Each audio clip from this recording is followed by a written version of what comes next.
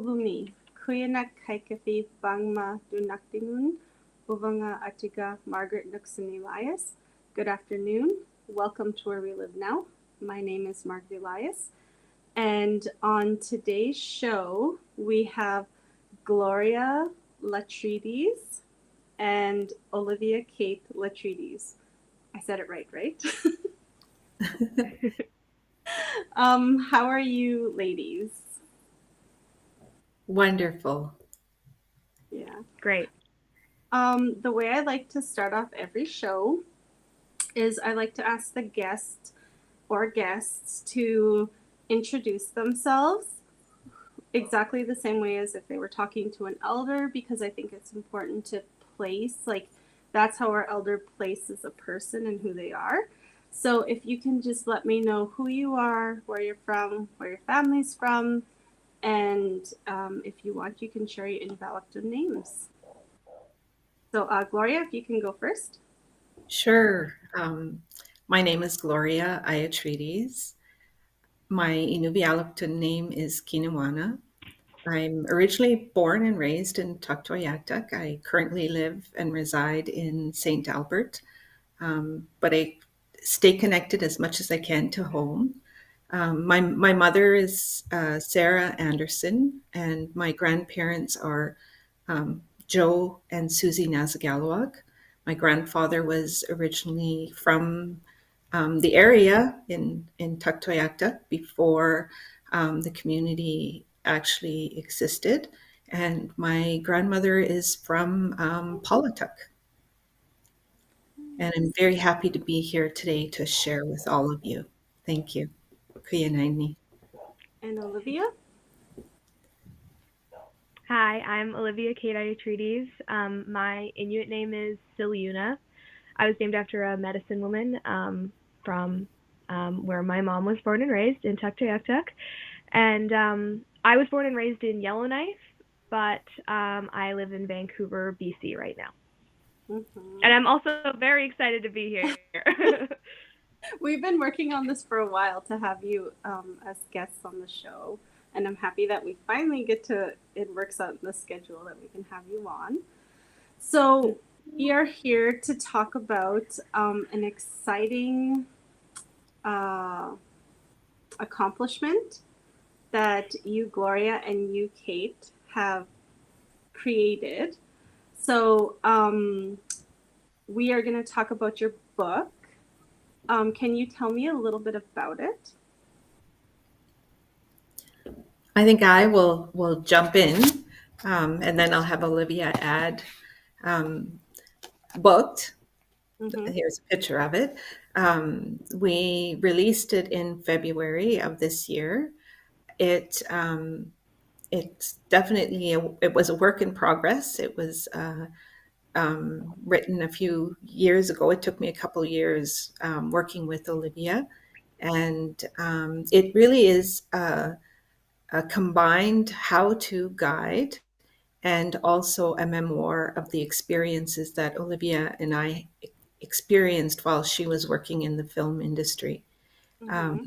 It was created because when Olivia began acting and she started becoming more and more successful in the industry, I had a number of people asking me, friends and family, asking me what I did to support Olivia in her acting career.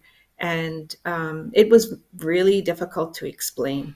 It's something that we learned throughout the first 5 years that she started acting. And I felt like it was something that was needed out there for other parents so that, they have a tool or a guide that could help them support their children. And that's really how the book came about. Mm-hmm. I don't know if Libby, if you want to add anything. Yeah, I think the book is really important for us because I always tell people that I would have never been able to do as much as I was able to do without my mom. Especially as a child actor, obviously, you need a lot of support. I always say it takes a village. And sometimes people don't have that support. And so I think the book is really important because they can use that to lean on, like as if the book is their momager, if that makes sense. Because you don't have to look at it just from the lens of, I'm a parent who has a child who wants to be an actor. You can also read it, and it'll benefit you from the perspective of you can get that information and support yourself as well. Well, we'll get to like the questions that I have about the book in a little bit, but like the book is called Booked, and it's your memoir and a how-to guide for child actors. I want to ask you, Olivia, what was your desire? Like what? Because I read in the book that you were always performing, you were always creating scenarios to towards acting, having a career in actor and being expressive, and what was it that inspired you to want to take this career or this path and create a career of it for someone who is Indigenous, someone who is that didn't have all the opportunities? What was it about it that how you wanted to get started, or that it was a decision that you wanted to make to do?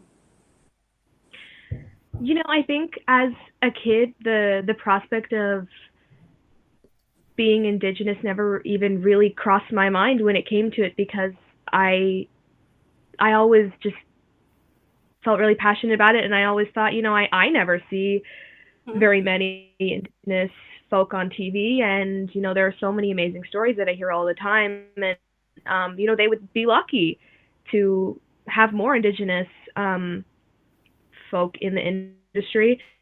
I think the biggest thing for me was just that I've always loved to entertain. I'm always the loudest in the room, and being able to share some of like the really amazing stories that I've heard growing up, and be able to see myself and others who look like me represented in the film world is really exciting. And it's relatively a new thing in the industry, which is not the best, but I feel like we're making really great leaps and bounds, and I'm really proud to be a part of it.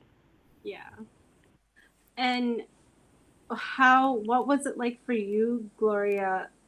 Because you had to learn from reading your book, you had to learn on the spot. Like for me as a mother, I couldn't imagine having to figure all of this out without a guide, without something. So what was that like for you? Because I read that you did this on your own time, like it wasn't your full-time job. It was something that you did in addition to being a full-time, like working full-time. Yeah, it was really important to me to be involved. When Olivia told me, she was only 13, Mm-hmm. when she was very expressive about wanting to be an actor. And she said to me that when she turned 18, she was going to move away and pursue acting as a profession. And she was 13 at the time. And at first, I tried to dissuade her. And, I said, maybe you should wait until you're a little bit older to explore this. And I was working full time at the time. She was attending school full time. She was also a dancer and figure skater. And I thought, oh my gosh, now she wants to do this.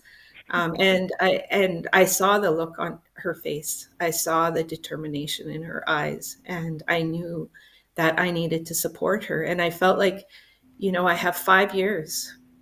She's clearly going to move out at 18, which she did. Um, and I should learn as much as I can along with her and support her. Just like how, as other parents, we support our kids to participate in sports and hobbies and other types of things. I thought, why not support her in something that she's passionate about? And so I did a lot of reading. And when you go through the book, you'll read about the experiences that her and I went through, and many times we learnt by on the fly, and that is why I would never recommend a parent jump into something like this without really getting a strong basic foundation of what it would be like to work in the industry, because I think there were times where I literally put Olivia at risk as a young child and a minor on set with adults. And there are things that I would have done differently. And but at the end of the day, I wouldn't have traded it for anything in the world because I got to spend those very close, like I got to spend those years very close to Olivia during her, vulnerable teen years, and we had so much fun with it. I think that's like that. When I was reading it, it sounded like because Olivia, you are past 18, you did move out, but it sounds like you guys had an opportunity to grow your relationships because most teenagers kind of separate from their parents once they have their own voice, their own desires for what they want their lives to look like. And it sounded like from reading your book, you guys had so many opportunities to create these memories and had to build a relationship on trust, like with each other. Because again, you guys didn't have a guide. Yeah. What was some of the biggest challenges, Gloria, did you face when you were going through this, besides not having a guide and figuring it on your own? Yeah, I think some of the biggest challenges were trusting to leave her with adults that I knew it didn't have a lot of knowledge about. When she was selected for a role on a film, and she had to be on set. The rule is minors shouldn't be on set alone, but you're not necessarily, on the set where they're filming. You're in the area, and a lot of times I had to trust that the adults that she was working with were going to take care of her. There were times where Olivia worked 12 to 14 hours straight. And there was one time when she was 14, she had a long day, and I only had an opportunity to sit with her during lunch hour, which was a 30-minute break. And it was hard for me to watch her having to work so hard and not being able to say anything, because there seems to be this fear sometimes that if you speak out as a parent, you're going to affect your child's chances in the future. And so I'm not a very quiet mom, and Olivia can speak to that. I always want to stand up for her rights, but then there's this fine line of when do you speak out, and when do you just sit back and be quiet? And I think that was probably the hardest part for me. Yeah. That leads into like what we were talking about before. Like what's the most important takeaway that you wanted to highlight in the book that kind of like goes hand in hand with what you were just saying. So if you can just talk about like what for you the book, the most important thing you want to highlight and talk about your booked. Can you that like share that with us? Yeah, there's so many themes throughout the book, but the one that I would highlight the most is for parents who have children who are interested in the film industry, especially if they're young minors. There's a real emphasis and focus on keeping your child safe. What to look out for, how to protect their rights. How to support them through the various processes. Like I just mentioned, the one time that Olivia had worked on set for, I think it was between 12 to 14 hours. I'm not sure that, that was legal, to be honest. There are certain rights that any employee, but when it comes to a child, there are certain rights that they have. And sometimes I don't think that people jump into these opportunities understanding what those rights are. And I think, Olivia, maybe you could speak more to the Me Too movement, and how there's a lot of talk now, not just with children, but anyone who works on set, about the importance of being safe. And that's a big theme in the book. Yeah, I would to what you said a second ago about it not being entirely legal. Yeah, I think that's been a big issue in the film industry, in in the professional setting and in the indie settings. It's so different. Like when I first started my career, obviously I was in Edmonton, and I was just starting out. I had no work, so you kind of just take what you can get to put things on your resume. And the unfortunate thing about that is, you're not union. There's no one to kind of protect you. And there are no rules really outside of the union about how long you have to be on set, whether you have to have parents present.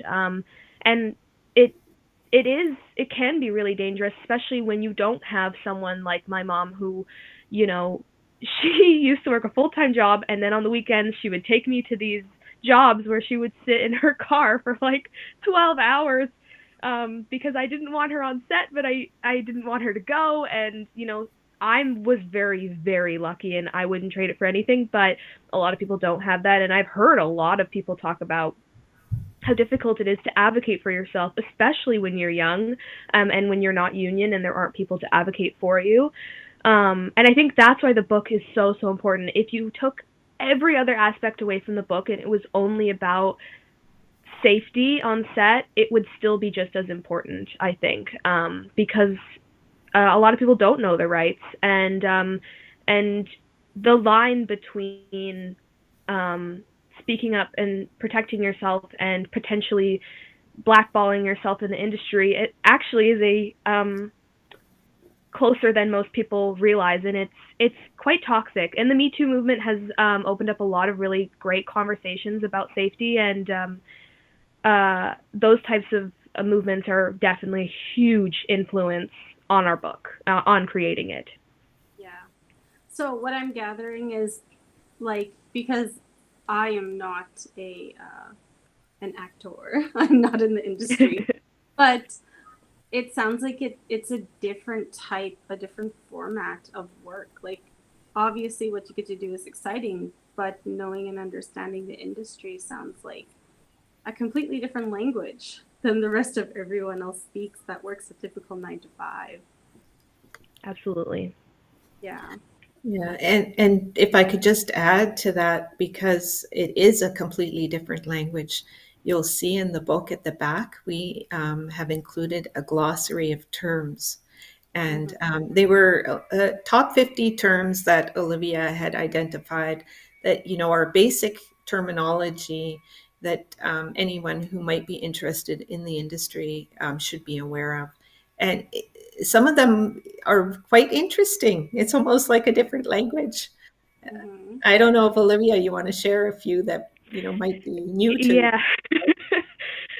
I am still discovering new industry terms every single day. I actually didn't even this is actually kind of embarrassing, but I didn't know what crafty was until like very recently, which they're just craft services. Like they are essentially who are providing like meals and snacks on set. Like it's really not that big of a deal that I didn't know that, but I would always hear people saying like, "Oh, are you gonna go to crafty?" And I'm like, "Yeah, oh yeah, I'm totally gonna go to crafty," and I would have no idea what they were talking about. And actually, one feature film I did, we were filming in the middle of the night, and it was really cold, and we were in and out of like very cold lake water anyway. And they kept saying, "Oh, Olivia, like somebody has some hot chocolate for you at Crafty just so you can stay warm, like while you're filming." And I was too embarrassed to say I didn't know what that meant. Yeah. So I was just like, "Oh yeah, for sure, like I'll go get that from them," and I never did, and I did. I was very cold. So it doesn't seem like that big of a deal, but it does, like, sometimes you kind of, instead of embarrassing yourself, you'll just pretend like you don't know to to save face. But it is important to know those things so that you're comfortable on set and so that you're safe. A lot of those terms as well, if you don't understand them, they can be a safety issue as well. Yeah. So it's very important. Um, oh, you could go ahead, Gloria. Oh, I was just going to say, you know, and another term that's important is, you know, aligns with the name of our book, booked. Um, Everybody keeps asking, what's the name of your book? And then, you know, what is it about? But booked, really, the term is the end goal that any actor would want. You Yeah. want to be booked. If you are booked, it means you have been cast in a film and you're confirmed in the role. And so it's kind of the vision at the end of the day. Yeah. I was going to ask if you can share, because I was reading, it's like a how-to, but it's also like memories in there. Can you share some of like your most favorite memories of like, share what's in the book or what's not in the book if you want, like some of your most favorite memories of your career starting out from a young age and getting to where you are now? Do you want me to go first, Olivia? Go And ahead. then you Yeah. can share? Yeah. I have the most favorite in the book, and every time, and now I'm going to laugh, but every single time I laugh about it. It's in chapter 21, and it's called Fun at the Park. When Olivia told me she wanted to be an actor, and we came back home, and one of the first things she did was we had submitted her for a casting call. And for each casting call, you have to submit a self-tape audition. And uh, we got the script, and um, it was about a young girl at a park, and I didn't know anything about self tapes, and we didn't understand there are very strict rules around self tapes. We decided we were going to do our own thing. And I took Olivia to a park. And if you know about self tapes, you know that they must be done in a room with a blank wall behind you with nobody else in the clip. But we decided to go to a park to try to align with the script. And we recorded there. And Olivia decided that the young girl in the script, there's no way young people talk that way. I'm just going to create my own language. So she changed all the script to be something that she thought a young girl might say. Mm-hmm. And we also decided that why not at the end have her do some cartwheels in the video. And I brought it home and edited it and decided, boy, it would be great if we played some music in the background. And so we created this tape and sent it, and it just happened to be a director from New York, of all places. And I had emailed him a link to the self tape, and all I got back was not a hi bye or anything. It was, please redo, and here's an example of what a self tape should look like. And I laugh every single time. I mean, that's, you know, that was early on, and something that I will cherish forever. I still have the video, but Livy will never let me show it to anybody. Yeah. I actually read that in the book. Oh, Yeah. Yeah. we broke Yeah. I love that story a little less than she does. You go ahead, Livy. Okay, sure. This one's in the book as well, but it is really my absolute favorite story ever. Back in the day when we were first starting in Edmonton, sometimes auditions would be held at people's houses, and I will preface by saying that that's not normal. So if you're an actor and you show up and it's at somebody's house, it's, you know, be a little cautious. But anyway, that would happen a lot actually. And so we show up to this audition once, and it's at someone's house, and I was just like, oh my gosh, like, you know, here in Canada we take our shoes off when we go into someone's house, and I wasn't, you know, usually you go to like a rental space and you don't take your shoes off, so I never think about it. And this day I just so happened to not be wearing socks. And I was like, oh my God, like, what am I going to do? Like, I got to go in a minute and I don't have any socks on. So I made my mom take her socks off and give them to me in the car. And she, no hesitation, absolutely just ripped them off, gave them to me. And they didn't even ask me to take my shoes off, I don't think. So it was for nothing. But that was really, like, that story is such a testament to, like, the way we worked together. Like, she wasn't just my manager, she wasn't just my chauffeur, she wasn't, you know, I mean, she was all of those things, but we were a total unit. And even now I'm pretty well on my own, but I still call her all the time and, Mom, what do I do? Please help me. So she never really stops being my momager, and we never really stopped being that unit, I guess you could say. Gloria, what made you decide to become her momager? Like, why did you decide to do that as opposed to getting a manager? Like, Yeah, I don't even think I hesitated. I yeah. think that I was so uncomfortable with the idea of her going into this industry that I knew nothing about. Mm-hmm. And I think I am a big mama bear. You know, I feel like I'm the one that needs to protect my children at all times, whether they're young or old. I still am a big mama bear, and I tend to lean towards if I don't know about a particular topic, I just dive right in and learn, and I try to be a few steps ahead. And it was continuous, like throughout when she started acting. As soon as anyone would contact her, and you know, um, she was young at the time and wasn't of age to manage her own Facebook page and social media, and that's a big thing to have. You need that in the industry because that's where people search out, you know, other actors and stuff. So I took on the role of managing her social media, and um, some of the requests she received from individuals were alarming for me, Mm-hmm. and there was no way I was going to let go. And even if there were like managers that you know she could have had, I think I still would have been involved, Mm-hmm. and I would be questioning things. Mm-hmm. Um, and I still do at times. Like she'll run things by me, and I will review them, and I will give her my opinion, and say, you know, I think you need to question this particular thing.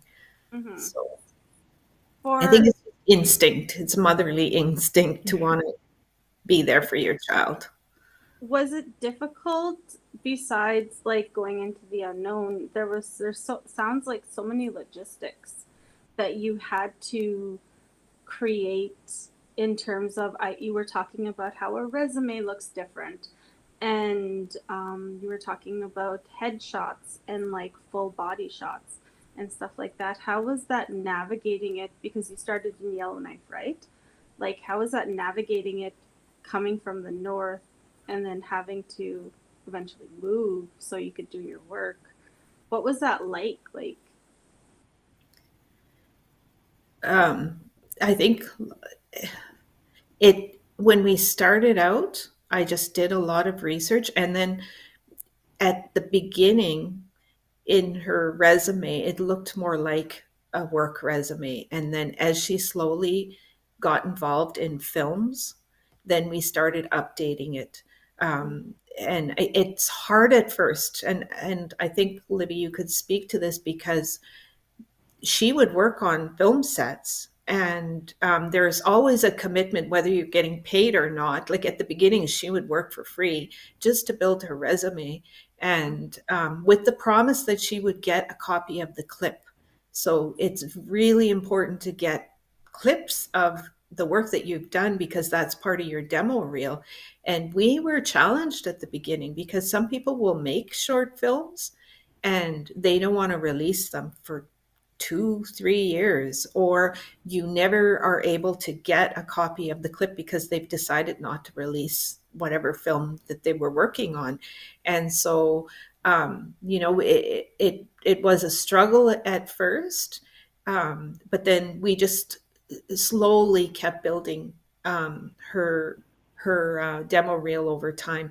Early on, though, there are people that contract themselves out. We actually took Olivia to Calgary, and we hired an individual there who specializes in training and providing demo reels, and he wrote some scripts. He hired a few actors, and he had Olivia act out certain scenes, and then he made a demo reel for her. So there is opportunity out there, but you have to invest in these. Like, it's not something that just happens and is available free. So I look at it in that, I invest in my son's hockey. He's been playing hockey for the past 11 years, and I invest in hockey. Why not invest in something that she's interested in? And so you see it as an investment over time, that now she has all these other opportunities, and I don't need to reach out to those types of resources anymore. Mm-hmm. And Libby, maybe you could speak to the demo reel pieces. Yeah. I think the demo reels are really interesting because, like my mom was saying, like, sometimes you don't get the opportunity to add your clips from the work you've done right away. And that can be a huge hindrance, because when I first started, I don't think they really cared a whole lot about demo reels. I never really felt like it was the end all be all. But these days, it's really important, and every single person asks for them. And if you're somebody who's trying to become an actor, and you're on a budget, or you don't have, financial support, there's a lot of really interesting ways for you to get creative and create your own demo reels. They don't have to be fancy. You could get your friends together and just shoot on your iPhone a couple scenes, find some scenes from the internet, and a few different types of scenes, a few different types of characters, and string them together, edit it up, and you can use that. Another thing is you could use clips from acting classes that you take. That was a big one. That actually was one of the things that got me my current agent, was some work I did in a class. So, if you're taking some acting classes where they do it on camera, make sure to try and get those clips if you can. I think it's just about being resourceful. And, the industry changes all the time, and we're creatives. So, we have to adapt and be creative when we're working. It's never really so cut and dry as just, book something, get the clip, make a demo reel, book more. It's always more complicated than that. And I think just if you have the money, that's a great resource, but you could always get creative as well. That was going to be my next question. For you and your career, it's obviously changed since you first started. Does social media play a role in any of it for you personally, and how you want your career to go? I don't think social media meant a whole lot even 10 years ago, because it was still a big deal. But these days, you could lose out on roles because you have no social media presence. And I think that's something that happens actually a lot, like in even the last year, that has become something really popular, is, they'll have two actors who they really like, but they can't decide between. So they will look you both up, and whoever has the most social media following, they will go with you, because they know that you are going to advertise their movie or their show or whatever, and they will get more viewers, which there's nothing wrong with that, but that's not something they tell you. And this is something I've heard just from other people, and something I've experienced myself. And it's it's just so much more than being an actor. I think it's about personal branding. Um, when it's important to be careful of what you put online. Your digital footprint is a real thing, and they will be looking at that. I don't think it's the end all be all. Like, if you don't have a following, I wouldn't be stressing out about it. But post your work online. People are super interested about it, and that could just be another avenue for you as an actor. You could also, be a TikToker or be an influencer, and that all just helps your career.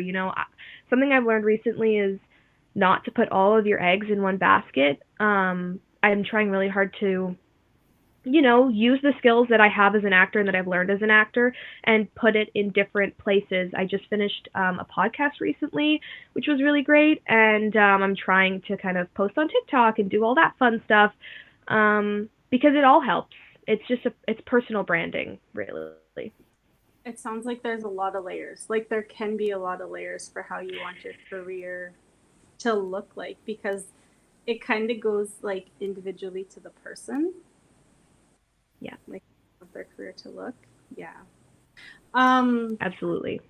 Talking about that, can I ask you some of your personal goals that you have for your career? Like, what would you like to see it go for? Because, just for instance, this was my goal, to be a talk show host, and I feel like I've accomplished in life. Like, can you share some of your goals that you hopefully either have accomplished or would like to accomplish? Sure. I think I've accomplished a lot of the things that I wanted to when I first started out. I always think about, 13-year-old me. She would go absolutely nuts for half of the auditions that I get.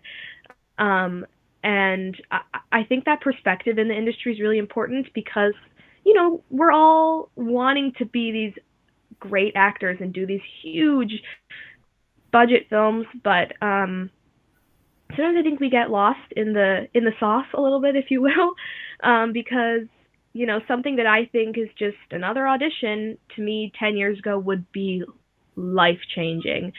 So I try to keep that perspective. But in terms of future goals, I think I would love to. I'd love to book something consistent. Like, I would love to get on like a running TV show or something that because right now I've done a lot of like kind of one episode or whatnot. I'd love to be a recurring character. That's the word I was looking for. But I'm really happy with where I am in my career right now, and I feel like I've accomplished a lot of my goals that I've had. The funniest thing is, like you were saying about how it's super layered, I have those goals of being a recurring character in a show, but it is so much more. Like, my goals right now are just trying to put my energy in other places, so that I'm not so hung up on all the acting stuff all the time, because it is a really intense industry, and I think it's really hard to lose a grasp on your sanity a little bit in the industry. So I'm just trying to see what other avenues I can take and see how that might benefit my acting career. I can't remember which actress it was that was talking about her acting career, but she said it's like something like 65 auditions. You have to, like, sometimes in this career, you have to audition 65 different times for different roles before you actually get booked in, and you need to have that perspective that, like, it's not always going to happen the way you want it to happen. And I think I read that in your book, that it's just because you think you did great, you have to have the perspective that you were talking about, like height or skin tone or whatever the vision the director might have, have that perspective. Yeah, absolutely. And I think that's something that a lot of people get hung up on as well. Like, you have to kind of let go of your ego a little bit when you're an actor. Not all of us actors have ego. That's the funniest part, is I think you have to really, something I heard a lot in a lot of acting classes is get used to hearing no. Be really comfortable with rejection, because 65 auditions to one role is pretty good odds. I hear a lot of people say 100 to 1. So it really is right place, right time. You know, some actors, they do their first audition ever and they book this huge role on this huge show and they're just instant overnight celebrities. But that's just not the case for a lot of us. A lot of us work and gruel for 10, 20, 30, 40 years before we book anything significant. And yeah, you're right. It really is all about perspective. And you know, something I like to keep in mind is like your role, the role that you're meant to have, it will come at some point or another. One day you're going to end up in the audition room and you are just going to be the exact thing that they're looking for. And that happens for a lot of actors, and you just have to keep that goal in mind, I think. And if I could just add to that, because I think what's really important, we speak about it in the book, is to celebrate all the successes, whether you think they're big or small. You know, when Olivia and I first started out, anytime she got invited for an audition, whether she even got a call back or whether or not she was in the role, we always had a little ritual of celebrating. And, you know, her favorite place was Boston Pizza. I didn't always like Boston Pizza, um, but we would go there and we would talk about her day and, you know, all the new experiences she had and the excitement with it. And we would just celebrate. We would, you know, have a nice cup of tea, a nice dessert. You know, it is so important, every little step throughout the process, to just reflect back on all the achievements. And that was one of the reasons why, you know, I always took Olivia to award shows as well. Like we went to the Joey Awards, the Young Canadian Actors Awards, and you know, she won three. I think their age cutoff was 21, but she won three within those early years, and so proud. You know, it's huge accomplishments, and you know, celebrate those with family. It's so important. Yeah, I agree. Congratulations on winning even the 3 awards before 21. That's exciting. Um, Before we wind down towards the end, if people would like to follow you, Olivia, can you please share with us how people can either follow you on social media or be able to contact you, your contact information? Can you share that with us? Sure. I think all of my social media is Olivia Kate Iatridis. I just recently changed it. I finally got that name.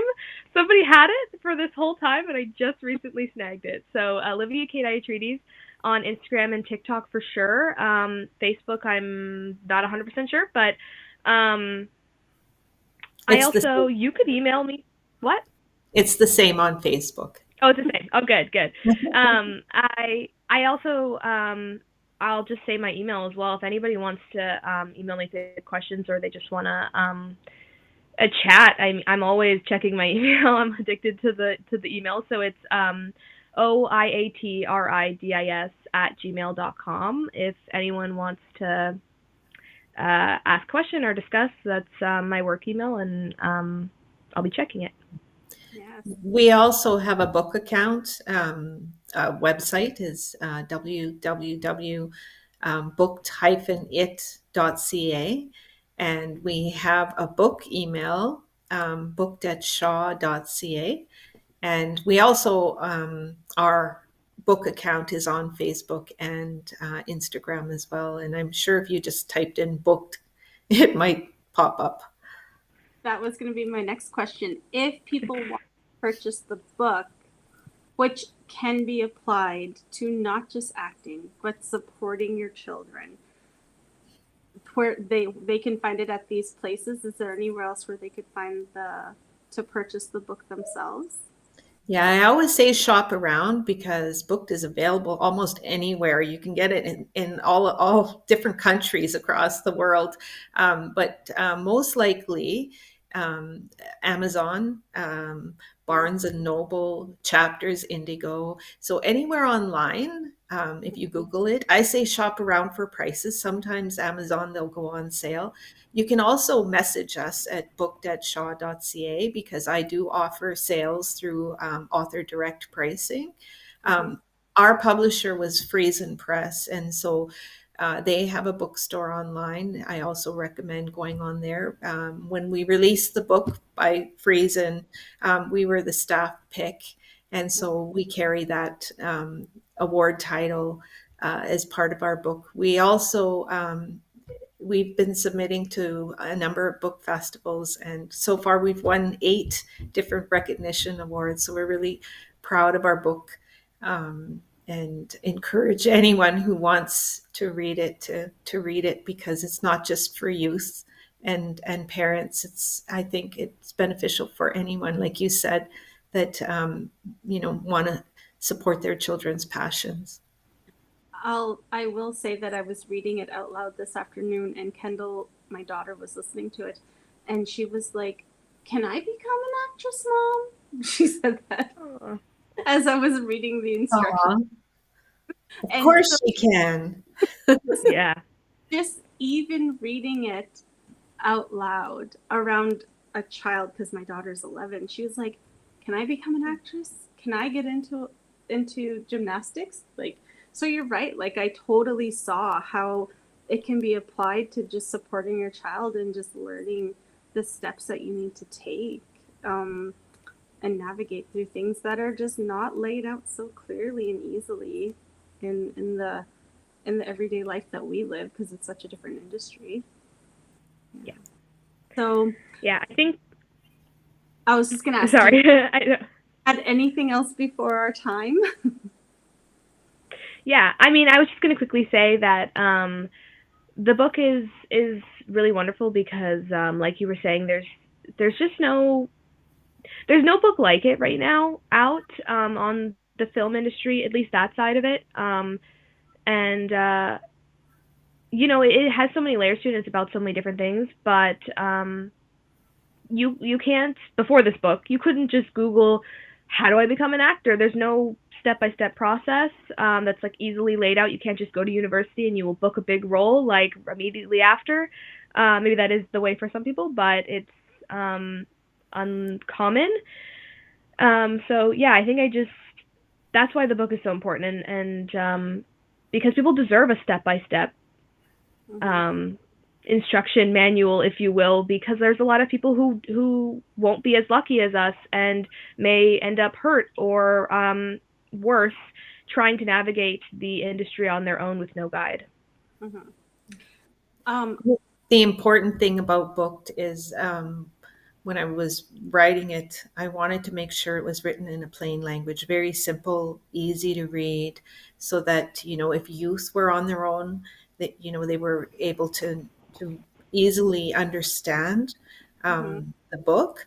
And we achieved that, and right now we're trying to get it out to as many organizations, schools, physically available in the library. It is available for sale here in chapters in St. Albert, and we're slowly starting to reach out and spread the word that it's available. And Olivia and I are also available to speak to groups. We have been over the summer. We spoke to a number of youth at the First Nations Health Consortium here in Alberta. We're also speaking at the National Indigenous Education Conference in Winnipeg. And so the more we can get the word out to parents, the better for us. Yes, that's so exciting to hear, especially hearing that you can speak to different organizations, to different schools, to different functions, that this book can go beyond just reading it, that you guys can have an opportunity to go and share your story with everyone else. Yeah. So I'm also noticing, I see you have sweaters that look like they're the same thing. Do you guys have merch? Yes, we do. Yeah, I designed our book cover. It's actually a picture of it's right here. It's actually a picture of me and my mom when I was a kid. And I hold the cover very close to my heart. And so we made some sweaters and some really cute tote bags with the design. And yeah, we don't have an official store yet. Oh yeah, and the hat. But if you message us on Instagram or email us or any way to get in contact with us, you can order them just directly through us. Yeah. Unless you had anything else to share, I think that's it for the show. We've reached our time. Last opportunity. I would like to say thank you, Margaret, and thank you to ICS and for all your support and giving us this opportunity to be able to talk to you today. It's really important for us to be able to give back to our home communities in the North, and by being able to, share with others. We hope to be able to motivate and inspire other youth in our hometowns and the surrounding communities, and to spread the message that, anything is possible. Don't let anyone tell you that it isn't. And whether you come from a small community or an Indigenous background, you probably have more to give than, the regular everyday person. And continue to pursue whatever passion you might have. I just want to say, on behalf of ICS and me personally, thank you so much for being on the show and sharing the story. I love when shows are just seamless. They just go they're so easy. And I always appreciate the fact that we have a platform where we could highlight people exactly like you, like Inuvik, exactly like you, that can be on the show. That's what this is for. So I want to say thank you both for being on the show. Thank you for having us. Yeah, and I'll just do the wrap up now, if you don't mind. So thank you all for coming on the show here today and listening to Gloria and Olivia's story. And we've talked about in the show where you can buy the books and follow Olivia online. And thank you all for watching. See you on the next one.